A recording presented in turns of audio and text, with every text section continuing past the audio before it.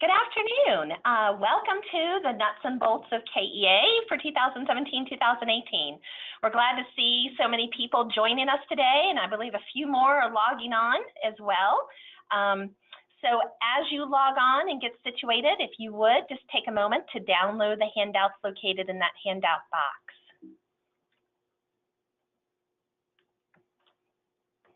We also want everybody to know that this webinar has begun.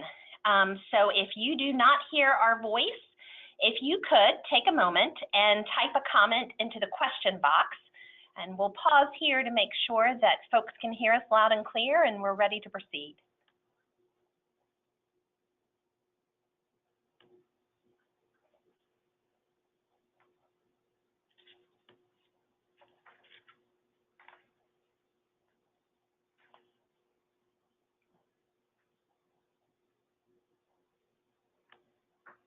All right, it's looking like a lot of people are able to hear us, and so I don't see anybody who cannot hear, so I think we're good to go. So welcome. We'd like to introduce you to our two webinar presenters today, Dr. Cindy Bagwell, our program administrator for this work. Good afternoon.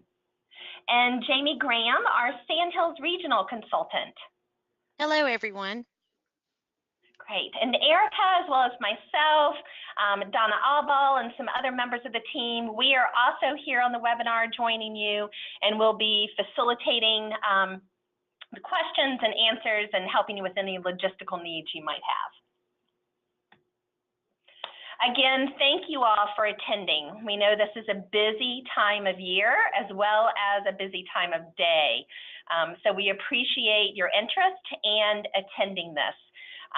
Please know that if you are interested in hearing or going over this information or sharing it with other people, this webinar will be recorded and it will be shared on our multiple web locations, including our NC KEA FAP Wiki. All right, in store for us today on our agenda is a few updates about KEA. What are we looking forward to in 2017-18? As well as some new information and upgrades to our NC KEA formative assessment process platform that we think you'll be pretty excited about. We're also going to share some new resources and materials that you might not yet be knowledgeable about, as well as to remind you of some resources that districts have found helpful. And throughout this entire webinar, as well as an opportunity at the end of the webinar, we invite you to ask questions and share some comments as appropriate. In order to type a question, please type them into the question box. Some questions might just be individually answered based on what the question is. Other questions, if we feel like pertain to the entire audience, we'll reply all, and you'll be able to see those responses. Also be on the lookout in the chat box. We'll be putting some links to some materials that are also located in the handouts box. So if there's things we're talking about, know that we'll add some links into that chat box, and or you can access them through the handouts box. All right, so we are ready to get started, and I'll turn it over to Cindy Bagwell. Thank you, Amy. So I appreciate the opportunity to spend a little bit of time with you this afternoon talking about our plans for the kindergarten entry assessment in the coming school year. In March, middle of March, our director, John Pruitt, distributed a letter to the field that provided information about expectations, requirements, hopes and dreams for the kindergarten entry assessment in the fall. So I want to talk a little bit about the content of that letter. We have historically tried to listen carefully to information that we receive from the field. We are well aware of the fact that the success of this work depends on all of you, the people who are on this webinar, teachers and administrators throughout the state who are going to be able to make this assessment process come to life in the classroom for our children. So we've tried to listen carefully to what we hear from the field and respond to that to the best of our ability. So when we started this process in the fall of 2014-15 with the pilot, what we heard loud and clear from the pilot participants was, this is a lot. We need time. Give us time to learn the formative assessment process. Give us time to learn the content. Give us time to learn the technology. So we have tried to respond to that feedback by adding a few constructs at a time. We started in 15-16 with 3 constructs. Last year, we added 4 additional constructs. This year, we add 9 more. So here on the slide, you see the constructs that teachers will be collecting information about in the fall. The 2 that are highlighted, crossing midline and hand dominance, those were constructs that districts made a choice between last year. This year, teachers will be collecting information on both of those constructs.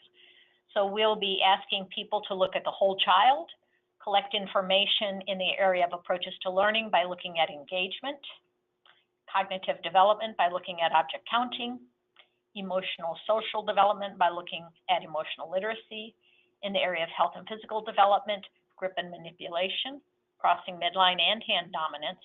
And then in language development and communication, we'll be looking at following directions and letter naming. Again, based on feedback from the field, from our first year of implementation in 15-16, we continue to have book orientation and print awareness available.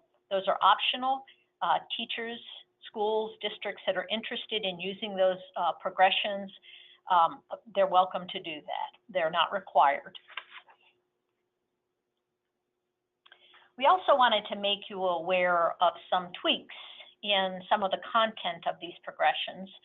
Again, gathering input from the field about some of the language used, some of the phrasing. We took some time to take a look at those recommendations and make some adjustments. The constructs that you see with the green asterisks, object counting, book orientation, print awareness, are the constructs where those modifications were made. So I'm going to turn it over to Jamie Graham so that she can talk a little bit in a little more detail about that. Thank you, Dr. Bagwell. And yes, as was mentioned earlier, the Office of Early Learning works diligently to gather the feedback from the field and suggestions, and this feedback guides efforts to improve and enhance the North Carolina K-3 formative assessment process. One example for how this feedback has been used is mentioned in the document that you see on your screen, where it states that in the spring of 2016, minor modifications were made to the following construct progressions. And those construct progressions listed there, book orientation, print awareness, and object counting, have been modified in a manner that supports bringing clarity, and these changes will now be available in the newly revised materials and on the North Carolina K-3 formative assessment platform for the 17-18 school year. These changes made at this time do not affect the original intent of each understanding or skill, nor did the changes adjust the number or order of these skills. Work has simply been modified to provide clarity for the user. In addition to the minor changes, there has been a construct progression comparison document developed. And this document helps users with these changes, and the document is provided today for the webinar participants in the downloadable format in the handout section on your screen. So let's take a look at this format of the document. You may find that the layout of this comparison document looks similar to a traditional NC KEA crosswalk document for those of you who have been through revisions or changes to curriculum standards.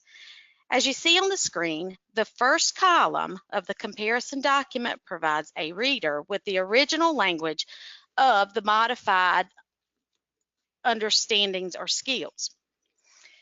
These original understandings and skills were published and used in 2015. Therefore, they are listed under the column titled 2015. Under the 2017 column of the document, the reader can view the newly revised understandings and skills and compare what is similar or different between the two. The additional comments column is also available to the reader to help further explain or provide a rationale for modifications that may need the support for bringing that clarity to the change. Let's take a look at an example of a minor modification. On the screen, you see a portion of the book orientation comparison document. You'll notice in skill set D on the 2015 column that the original skill stated, as you see here in parentheses, that the child would hold the book upright, turn the pages in order, starting at the front, and then in parentheses, one page at a time. The 2017 minor modification simply states, holds the book upright, turns the pages in order from front to back, and without parentheses, one page at a time. The simple explanation there that you see listed is that the parentheses were removed to indicate the importance of turning pages one at a time. If you'll notice also in a performance descriptor listed there below that supports skill set D, that a simple modification was made from 2015 that stated that when provided an opportunity to engage in a classroom library or centers, which was plural there, has now been changed to the 2017 version of the performance descriptor that states provided an opportunity to engage in a classroom, library, or center. Noting that the explanation is there, stating that the plural centers was changed to the singular center. So very simplistically stated, the minor modifications are there for the reader to help the process and enhance the effectiveness of the process.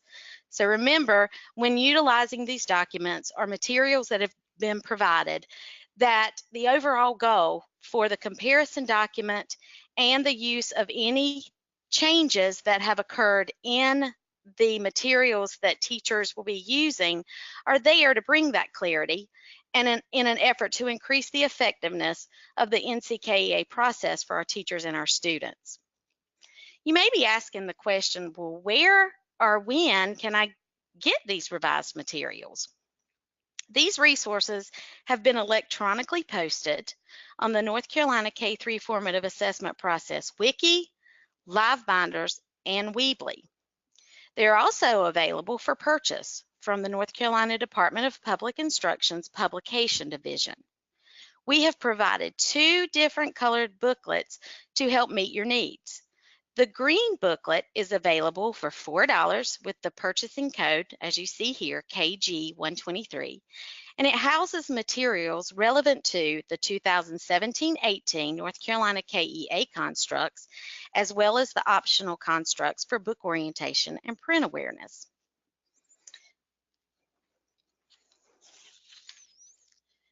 There is a red booklet that is also available for $10 with the code KG124. And the red booklet houses materials relevant to all K-3 formative assessment construct progressions. Please know that if you need further assistance with locating these materials online or with purchasing them, your regional consultant can certainly provide you with any follow-up assistance. Now, Dr. Bagwell is going to help us take a look at some of the exciting features of the North Carolina Formative Assessment Process platform. Thank you, Jamie. So I'm excited to share with you some information about an upgrade that we've had to the technology platform. We believe that the use of the K-3 formative assessment process platform is integral to the assessment process. It is our goal to provide a platform that facilitates the formative assessment process and supports teachers' implementation of that process. We want that platform to be used for the collection and analysis of evidence, which supports the determination of learning statuses, and the selection of learning targets, which are critical components of the formative assessment process. To meet the requirements for kindergarten entry assessment, the documentation of student learning collected within the platform provides the evidence to sufficiently substantiate the status summaries that teachers are making. So we think this is critical. So again, we've gotten a lot of input and feedback from the field on the platform. So we want to talk with you about some changes that you'll be viewing in the platform in the coming year. So there's a new look to the platform. The redesign has come about as a result of feedback from North Carolina, as well as feedback from other states that are using resources created by our vendor, our technology vendor, Teaching Strategies. The new look still has the same features that you're accustomed to in the platform. The support will be consistent with what we've experienced in the past, but that new look is going to be more user-friendly. It's more intuitive, it's easier to navigate, fewer clicks are required to get to the places you need to be, and the upgrade is now optimized for tablet devices. So we want to walk through and give you just a sneak peek at some of the changes that you'll be seeing in the coming year. So the landing page looks a little different. This is a glimpse of what you'll be seeing when you log in. This is the entry point for accessing the digital resources, the support materials. The goal here is to put the most important information that you need when you're engaging the platform to support that assessment process right there on that landing page, easy to access. So that menu bar that you saw at the top of that landing page looks a little different, but it still has those same features that you're accustomed to. That assess feature, the report feature, the family feature. And you'll notice the square that is on the right-hand side of that menu bar, which on this particular shot is purple. That outline will change colors according to what area you are in, whether you're in the assessment component, the reporting component, or the family component, just to try and help you keep track of where you are.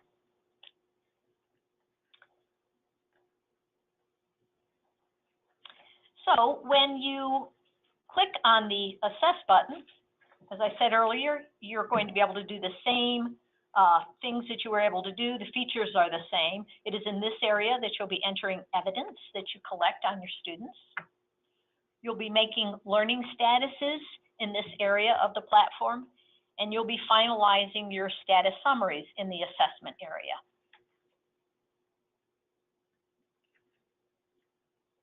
When you click on the family component, you'll be able to access the family conference form. And we do want to make a note that we'll be expanding this area over the course of the coming school year and years beyond that to really create a more robust component and utilize this formative assessment process as a way to strengthen homeschool partnerships. So you'll hear more about that in the future. And when you're in the reporting section of the platform, you'll be able to access the reports that you're familiar with. However, we've got improved filtering options, and there is this lovely at a glance feature. So you will be able to, when you enter the reporting section of this platform, view reports either by images or by descriptions. So it will be easier to get to the report you're interested in, and you'll have some features there to help you remember which report you're interested in at any particular time. So we think this is going to be a feature that is well received in the field. We've had some preliminary feedback.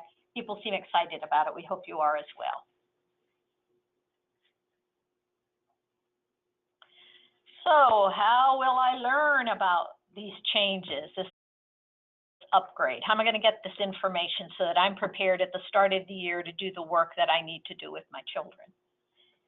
So there are a number of resources that will be available on the platform and in other areas, other resources that we have, other tools that we have. You'll find an upgrade guide. You'll also find how-to guides for different components of the platform. There are frequently asked questions documents. There are some videos that have been recorded that illustrate the new features. In the coming year, the Department of Public Instruction Office of Early Learning and Teaching Strategies will be hosting monthly virtual town hall sessions, which are designed for participants to provide feedback, to ask questions, and to get on-the-spot help. And then there will also be other updated support resources that will be included in the platform. And so when will we be launching that new look? So we've already begun with a select group of volunteers who've agreed to try out those enhanced features and give us some feedback. That began in early April, and we've already had our first 2 feedback sessions. Those were yesterday. We had a group of administrators chat with us and a group of teachers chat with us. There are 2 additional feedback sessions that are scheduled for May 18th at 3:30 and May 25th at 3:30. This is an opportunity for those volunteers who've been in the platform, kind of exploring and navigating, to provide feedback so that we can continue to improve the platform. Because ultimately, as I said, its purpose is to support teachers and administrators. So we'll be transitioning to this platform in the coming months. Those who are volunteering for early access were transitioned to this new platform in mid-April. We will transition all other users on July 6th in time for year-round schools, as well as other teachers. Cindy, there's a good question in our question box, and I suspect others might be interested too now that they've seen some of these new enhancements. It's not too late to volunteer. So we do have some districts who have already expressed interest, whether it's a school or whether it's an entire district, to have early access.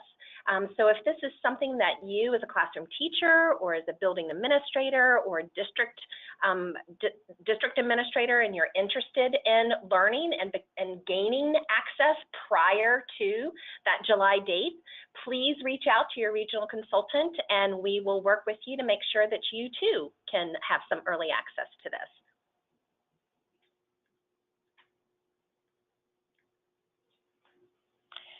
So then, Amy, I'm going to transition to you to talk about resources and materials beyond those specific to the technology platform. Sounds great. All right, so resources and materials. Hot off the press, if you haven't heard about it yet, write this one down. This is our new North Carolina K-3 formative assessment process module. It is located along with all the other modules with educator effectiveness. This particular module is a 10-hour module where you do have the option to earn 1 CEU. It's targeted for teachers and instructional coaches.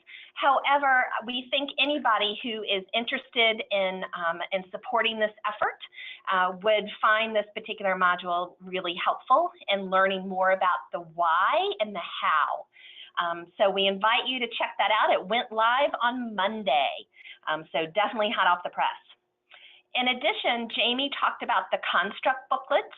You might know the old blue booklet and the old dark green booklet. Because of the tweaks and the enhancements made to book orientation, print awareness, and object counting, we did revise those booklets. They're free, as Jamie said, up on all the different website locations that we have for you to download. You can also purchase them as well. We did want you to also know that You may not want to purchase an entire booklet, nor may you not want to print the entire booklet. So what we also have posted for you are just the PDF versions of book orientation, print awareness, and object counting. You can simply print those, pass them out, distribute, and they can be placed inside the current dark blue and dark green booklet. So lots of different options for you to make sure that you all have the most current versions of those construct progressions and situations. In addition, the at-a-glance documents have also been revised. If you recall, lots of teachers in particular have enjoyed the at-a-glance documents because it gives just the list of skills along each progression on just a couple of pages. And I know teachers use that with planning and with carrying around as they're collecting evidences. So those have been updated as well. We're also excited to let you know that if you haven't seen it yet, the family flyer is also updated to reflect this upcoming school year. That is also located on all of our major website locations, as well as in years past. That one's available for purchase, and information can be found with that on the website. You just got a peek at some of those technology resources, a whole list and pages of those, so be aware of that. And we did want to give a shout out to Shady Brook Elementary in Kannapolis City Schools, where they've shared their successes thus far with KEA in a new success story video that you might find of interest as well.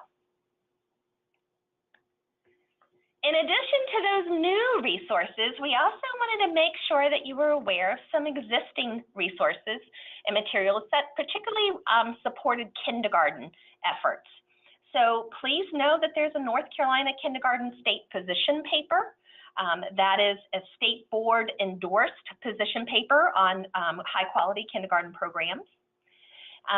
Not so new, but fairly new within the past year, we also have some kindergarten center posters and planning guides. These resources were developed due to some interest in the field of how to implement a center approach within an instructional day that is rigorous and highly engaging for young children and appropriate for our 5-year-olds. So if you're interested in that, those are available online, free to download PDF, and they're also available for purchase if you're interested. We also have a second edition to the North Carolina Guide for the Early Years. It's about 300-page booklet, is written specifically for pre-K and K, talking about best classroom practices. So that may be a good resource for you all. If you're an administrator, perhaps you're even an administrator who's new to early childhood, specifically pre-K and kindergarten, there's a resource manual out there for you all in supporting your efforts in supervising and evaluating teachers of pre-K and kindergarten. Another thing we definitely want to emphasize, and I know many of you all have taken advantage of this, are our North Carolina Demonstration Site Program. And that is, we have several pre-K demonstration classrooms as well as kindergarten classrooms across the state where you can go, you can take a group of people, and you can observe some high quality instruction that's happening in pre-K and K, and think about and observe how this particular formative assessment process is implemented within that instructional routine. There's plenty of more information about how to access those programs and where to find that on our wikis and websites. So we don't stop there. In the future, we are actually absolutely thrilled to let you know that we realize that we have a lot of different web-based locations to hold all of our information. You've heard Wiki, you've heard LiveBinder. You may not know, but we also have a Weebly. We're actually in the process of combining all of those materials into one location. It'll be located at www.nck-3fap.wikispaces.net. And all of that information will now be housed in one location. So I think all of us can give a good cheer for that one. In addition, we're excited to let you know that a 3-hour module targeted for administrators about the NC K3 formative assessment process is well underway. And both the wiki and the module we're anticipating to come out this summer. So be on the lookout for both of those great resources. We couldn't end this portion of the webinar without acknowledging your greatest resource. We are very fortunate to have 8 fantastic regional consultants who are out in the field working with you on a daily basis, making sure that you have the support and the materials and the resources needed in order for this to be successful. I just want to give a good shout out to our latest member of the team, Melissa Strickland. Melissa Strickland is our new Northeast regional consultant. Just started a week ago and is excited about serving and supporting the Northeast area. You may also notice a different name among one of our regional consultants. Nikki, a shout out to you because Nikki recently got married. So you'll see Nikki Young listed. However, her email at this point is nicole.galloway. So you can still reach her at that particular location. All right, we've given you all a lot of information and a lot of probably updates and things to think about. We've been manning the questions in the comments area, and Cindy, I have one for you if you could just provide a response to that I read. And it was, what's the purpose of this whole formative assessment process? Why are we even doing this? So I would say my first response to that is to provide some resources and supports to the field to help North Carolina achieve its vision of a balanced assessment system. North Carolina, as well as many other states in the nation, have placed a great emphasis on assessment the last few decades. And we've spent a lot of time and resources in thinking carefully about summative assessment and diagnostic assessment, interim assessment. Several years ago, North Carolina did the same for formative assessment, but it's been quite some time. We had the NC Falcon modules that were created to help teachers better understand the formative assessment process. Our effort is designed to continue to provide support to formative assessment. We know from the research that the impact of formative assessment implemented with fidelity is significant, particularly for struggling students. And so we want to provide some support and some emphasis on what teachers do on a daily basis. They observe, they interact with their students, they ask questions, they gather information all day long. And so this is an effort to meet a requirement of the General Assembly and a federal grant in a way that we think is actually designed to support the work that teachers are doing on a regular basis. Excellent, thank you, Cindy. Another question that has popped up is interest in the data that are gathered through this process, and recognizing that the data that are gathered are for the teacher to use to inform those instructional practices. So just wanted to offer you, Cindy, an opportunity to add anything else that you might want to about the data. So I'm looking at a question that I think is along the same lines, teachers asking at a particular school who looks at these data. You know, our intent has been and continues to be create a process that supports teachers with the work they do and students with the work they do to inform teaching and learning. So that's the purpose. Where I'm at, sitting in Raleigh, I do not have access to any of the data. I cannot go in and look. Those individuals who do look at the school level or the administrative level are really going in to look in an effort to provide support to teachers with implementing the process. We do know that at some point in a future time, which is at least 2 years away, if not longer, that we will be required, according to the legislation, to report data from the kindergarten entry portion of the assessment to the longitudinal data system. That's in the distance. We want to be certain that people understand that that is status summary data only. It does not include any of the evidences, any of the learning statuses, any of the notes, the photos, all of the information, the evidences that are in the platform are in the platform for that teacher to use to inform instruction. Excellent. There's a question about being able to access the platform using IAM and going in through that particular portal. Can you address that, Cindy? Oh, that's a good question. So we are now integrated with IAM, and so when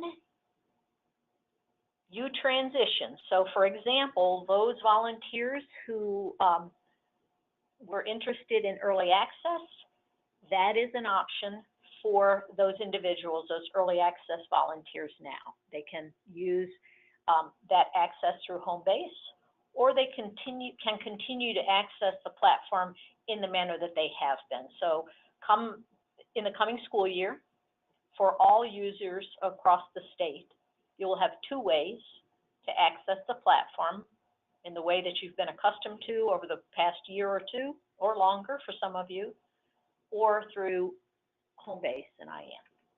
Excellent, thank you.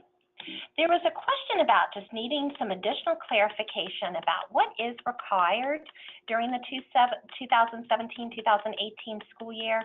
So I'm just flipping back quickly to the chart that we had up here, just to make sure that everybody can see that. Can you talk again through this particular slide, Cindy, making sure we're all clear? Yes, so essentially, in the column KEA construct progressions, all of the progressions that are above the bold line are progressions that are required for the coming school year. So engagement and self-selected activity, object counting, emotional literacy, grip and manipulation, crossing midline, hand dominance, following directions, letter naming.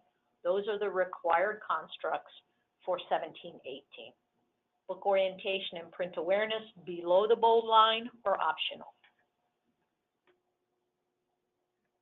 Excellent, thank you, Cindy. Just going through a few other questions here to see. There is definitely a lot of interest in expanding this beyond the first 60 days of kindergarten. Can you comment on that, Cindy? So we continue in the kindergarten arena to promote the use of the platform beyond the 60 days. It is our goal, because we are focused on supporting formative assessment, to really promote an ongoing process that occurs on a daily basis. And so we really have encouraged from the beginning kindergarten teachers to continue to use the platform throughout the school year to inform their teaching and learning. We have, for the past 2 years, been working with a select number of districts with usability. Those districts have been helping us get a better understanding of how to support teachers and administrators beyond kindergarten.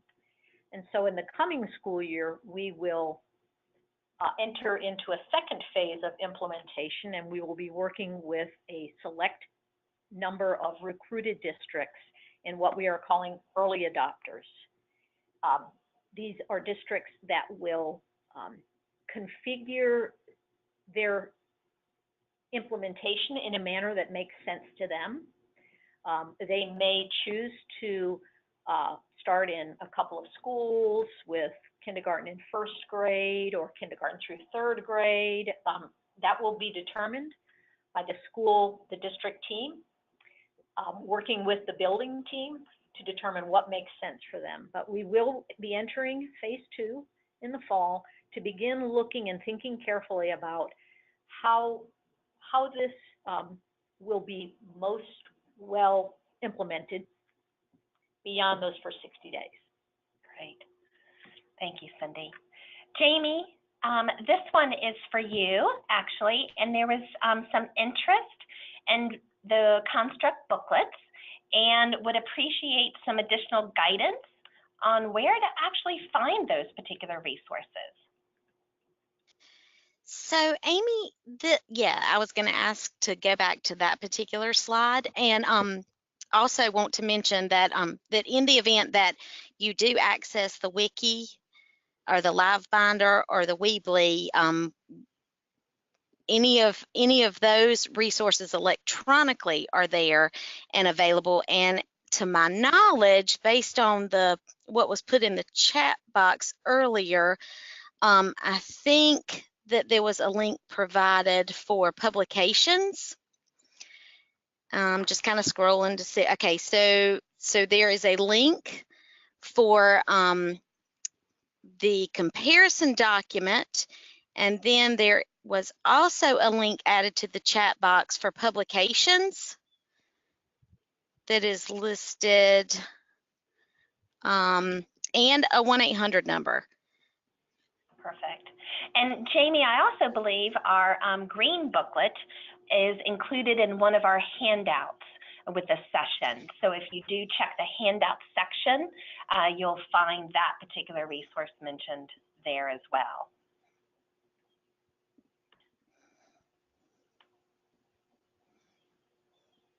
All right, so we're just going through a few of the questions.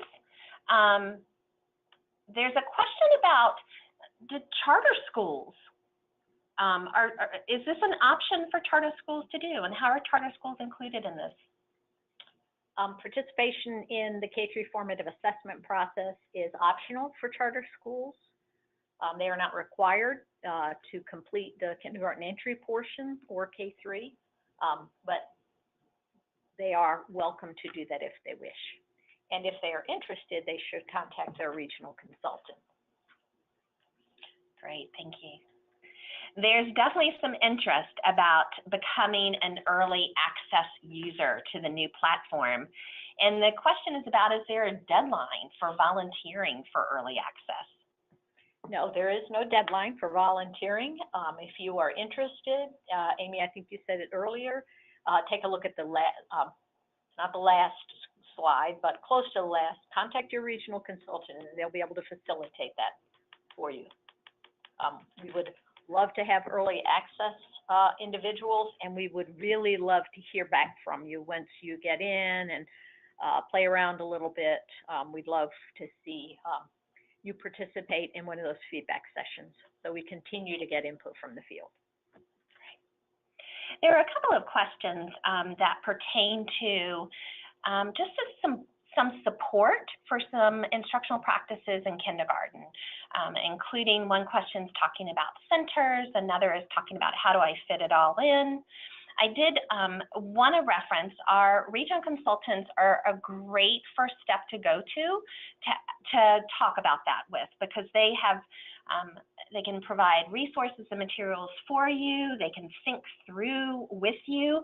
They can also connect you to other resources in the state, other districts, other schools who have had some successes with some of the questions that you may have. We also want to just another opportunity to reiterate our kindergarten demonstration classrooms across the state. Each of those classrooms are very different.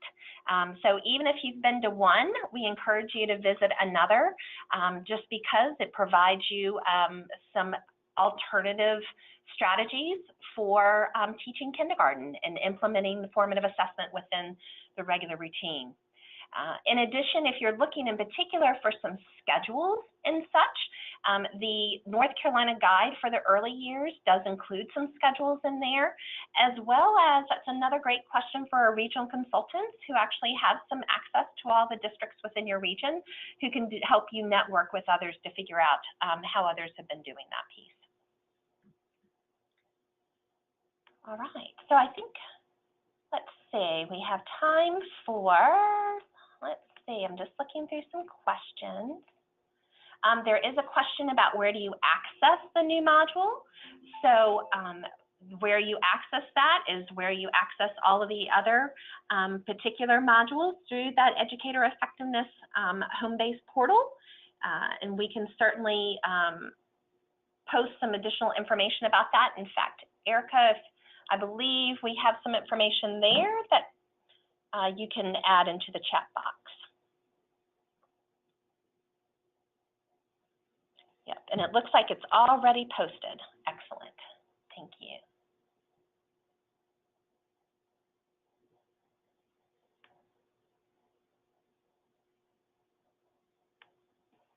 Right. I think we've answered quite a few questions, and we recognize that that our time is quickly coming to a close. We did want to offer the opportunity at this point, while you're here still with us in these last few minutes, to type in that question box any successes or any excitement or feedback that you have for us about this process. We're always looking for success stories, and we welcome you to enter those as well.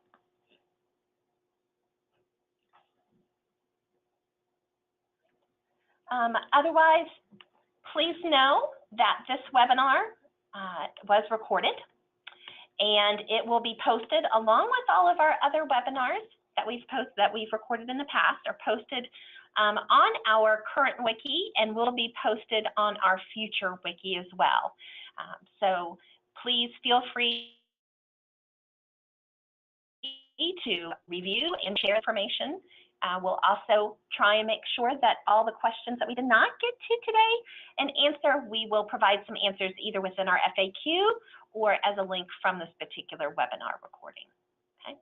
So just want to extend a special thank you to Dr. Cindy Bagwell as well as to Jamie Graham for joining us today. And we wish a great afternoon for everybody. Thank you for participating.